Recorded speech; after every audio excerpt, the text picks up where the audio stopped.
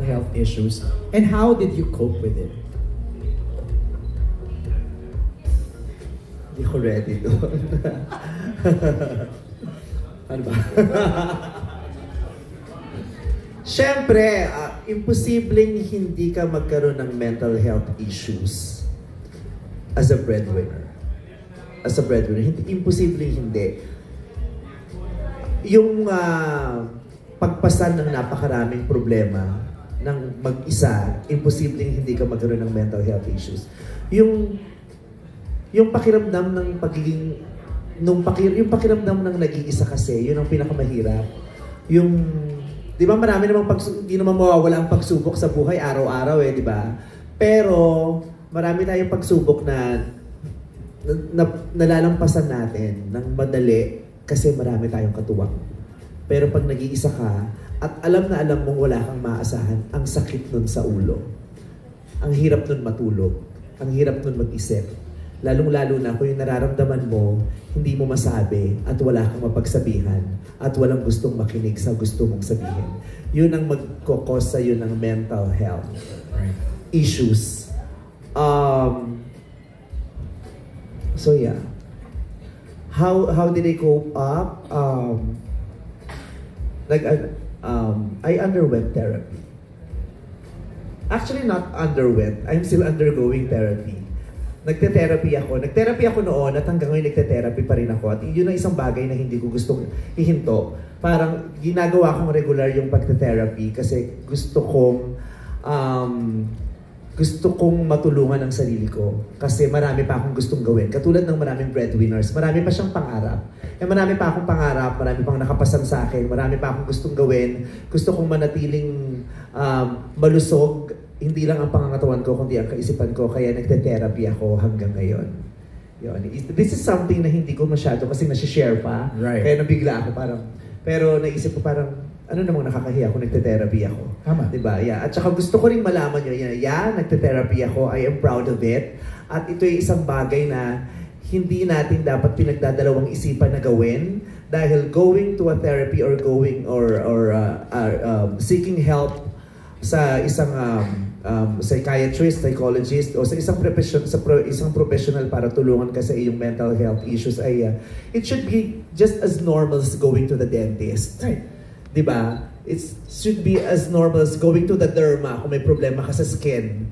Yung ganon. So, yeah, yun. Para maharap ko at maalagaan ko yung aking mga pangangailangang mental, ako po ay nagte-therapy every now and then hanggang ngayon. Thank you, Vice, for sharing that. Gusto ko curious na ako, sa cast natin dito, sino mga breadwinners? Sinong breadwinner sa ating cast? Uge, Tita Malu. Before, Before, at some point. Parents ko. Ako dati, pero ngayon si Sarina ng breadwinner. Tama na.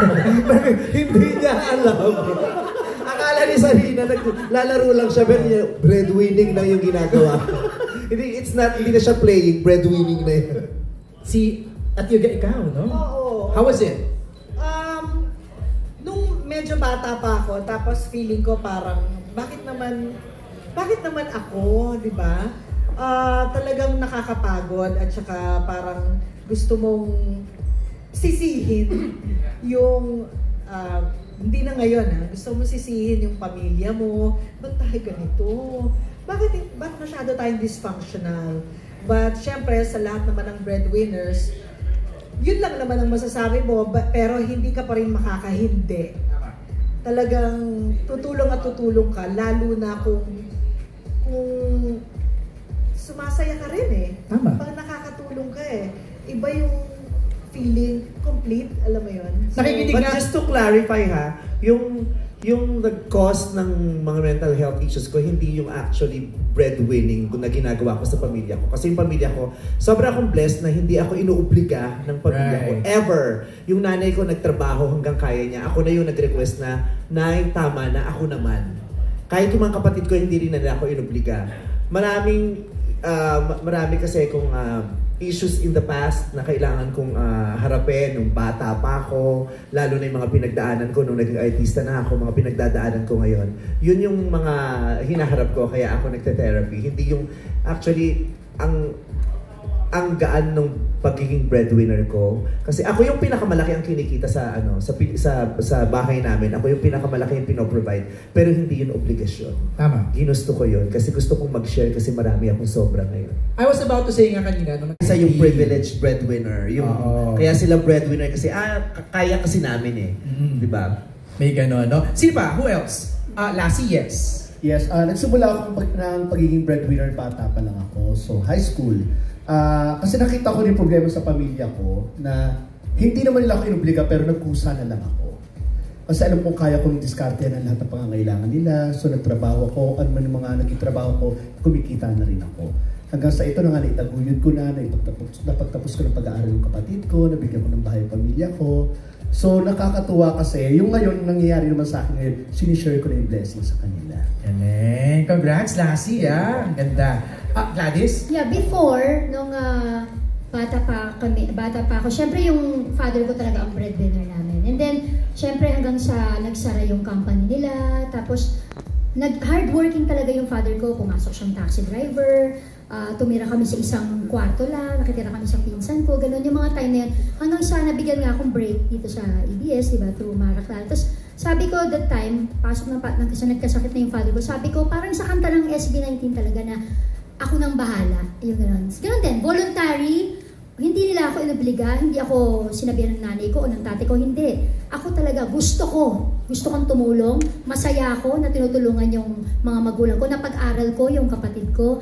At ngayon, I'm blessed na nandiyan na si Christopher, yung husband ko, at dalawa na kami magkatuwang na tinataguyod ang pamilya namin. Ganda. Thank you, Gladys. Thank you, everybody, for sharing. Ang sosyal na apelido. Diba, no? What's it like being Mrs. Danilo Butoni? Gusto niya yan pag yun ang topic. Gusto niya yan. Oo, kahit sa shooting, minsan naiinip pa siya, parang kailan pa mabubuksan yung topic tungkol sa pag-asawa ko. So, ayan. Go again.